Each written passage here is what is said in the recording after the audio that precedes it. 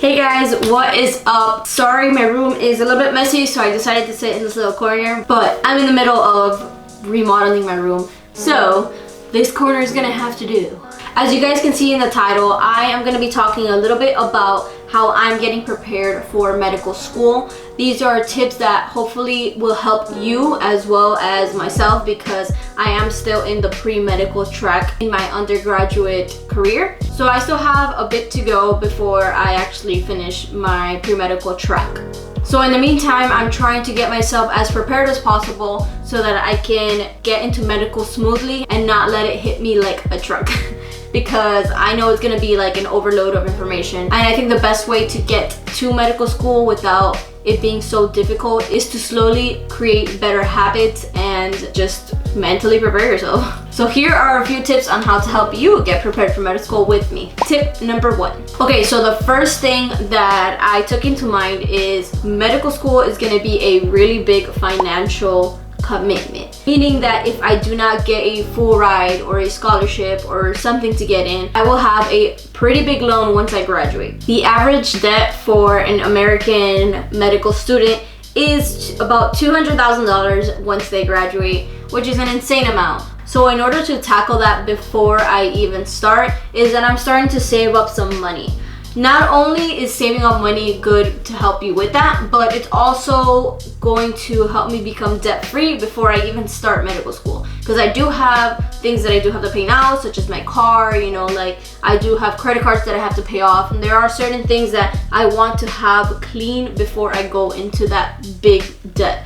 Because that sounds like a lot of money and I won't be making it rain for a long time. So save money and pay off debt because it's very important. Another way that I'm preparing during my pre-medical track is getting volunteer hours. So a lot of medical schools will be looking to see if you shadowed doctors, if you shadowed in a clinical environment. So I have worked with a hospital for almost 4 years now. However, I do want to get some volunteer hours or shadowing hours following a physician, because it is different than what I do, because I do like front desk work. I want to get more hands-on feel onto what I will be seeing when I am in medical school, as well as in my internship and residency.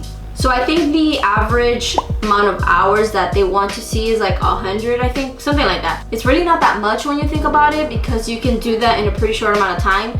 But you also have to get some research hours in. Medical schools also like to see that you did some kind of research or participated in a research for somebody's lab or somebody's experiment. So you have to find somewhere, maybe in your school, you can ask a professor if they have any kind of research going on right now, or you can also ask maybe like a doctor or physician if they know of anything, or if they are themselves working on something that they would allow you to participate in. That way when they see your application, you become a better candidate for getting accepted. Tip number 3 for preparing for medical school would be practicing interviews. When you get processed for the second application in medical school, they will ask you to do an interview for the most part. I believe all schools do this. And they want to meet you one-on-one and see who you are and why you want to become a doctor. I've been practicing this since the day I found out I want to be a doctor. I have been trying to prepare myself as to why do I really want to become a doctor? What is it about it that I think fits me, or how I fit into the field? Or so you have to answer all these questions that they're trying to see, because they want to see what's unique about you. And if you don't know, then you're not gonna do so well in the interview. One way that you can actually practice for this is get a friend to help you out. Maybe they can practice as the interviewer. And you can also ask a manager or supervisor, somebody that is head of you, to help you out, because that also gives it the feel that they are superior to you. So it would be very helpful to have somebody like that help you out. Tip number 4 is to buy the medical books beforehand. When I say medical books, I really mean MCAT books. Somebody gave me this advice, which is something that I have to do still because I haven't done it yet. He told me that I should buy the bundle of I think it's the Kaplan one. It doesn't really matter which one you buy, but to buy the MCAT study books before you take the class or while you're taking the class, because it would be easier to study while you're already taking the class, meaning it allows you to apply the information that you are learning during the class into the MCAT test, because it would be less confusing to do that than just wait until you finish taking all of your courses and then have to go back and re-study everything and relearn it, because you're probably gonna forget some stuff. He told me to buy the books from Amazon with the question bank. I'm gonna leave the link down below for the ones that I'm gonna buy. I believe it's about like $245 for the bundle of like, I think it's like 7 books or something like that. I'm not sure. He told me as soon as you take the class, you know, go ahead and do the MCAT book alongside of it. Also review after every semester. So obviously the more time passes, the more you're probably gonna forget the information. So he said, don't forget to review every semester. Keep on reviewing them so you do not forget.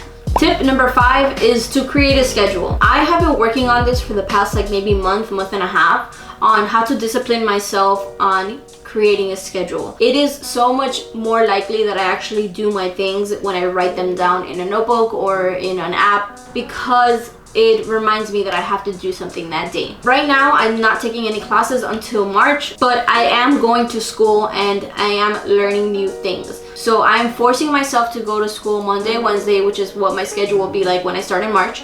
I'm forcing myself to go to school and learn information that just random information. Like right now, I obviously don't have anything to study because I don't have any classes, but I am learning about all these like random subjects. And the only reason I'm doing this is to force myself to go to school and study something. More about disciplining myself to actually go do something, so I can get into the mentality that I have to study for something and I have to go to school. And it's more like training your brain and your body to do something while you're at school. So I try to do the same thing every time I go to school. I go to the same library, I park in the same spot. Even it mentally prepares myself as I'm walking towards the building that, okay, this is going to be study mode and this is how we're going to do this. And while I'm actually studying, I'm using the Pomodoro method, which has been fantastic, which I think is what works best for me. If you want to find out more information about it, let me know. I'm going to probably make a video in the near future to talk about how the Pomodoro method works.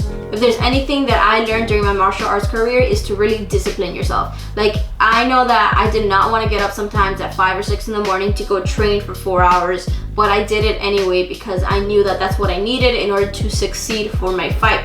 So it's the same thing now. I have to discipline myself to go do things that I do not want to do. I do not want to wake up to go to school. I just want to sleep in all day, but I force myself to do it just to get that successful mindset on. The last tip that I have for you is really just a bonus tip. This is something that I do. It might be different from where you're coming from or whatever you believe in, but I like to pray. I have been praying to God that He guides me throughout this journey, because it is a very scary one, not knowing what it's going to be like. I want to be able to discipline myself. So I pray about it and it mentally prepares me for all this. So that is a big step for me, and a big tip that I need to remember to do every single day, because it is so important. If it weren't for God revealing this dream and this opportunity for me, then I would not be here and I would not be talking about becoming a doctor. So that is it, guys. These are my quick tips for you, and I really hope that they help you out. I am going to be sticking to these tips and methods, and I probably will be adding on more to them as I go. I won't be able to know a lot of things until I start and get myself into the water of medical career. So that being said, if you like this video, go ahead and give it a thumbs up. Don't forget to subscribe so you can watch more videos on tips and things that I will be doing for medical school, pre-medical, all that good stuff to become a doctor. Turn on the bell if you want to get the notifications for every video, and follow me on Instagram, because sometimes I post cool stuff and sometimes I post corny stuff and sometimes I'm boring, but it's okay. Follow me. I don't have friends. Okay. Peace out.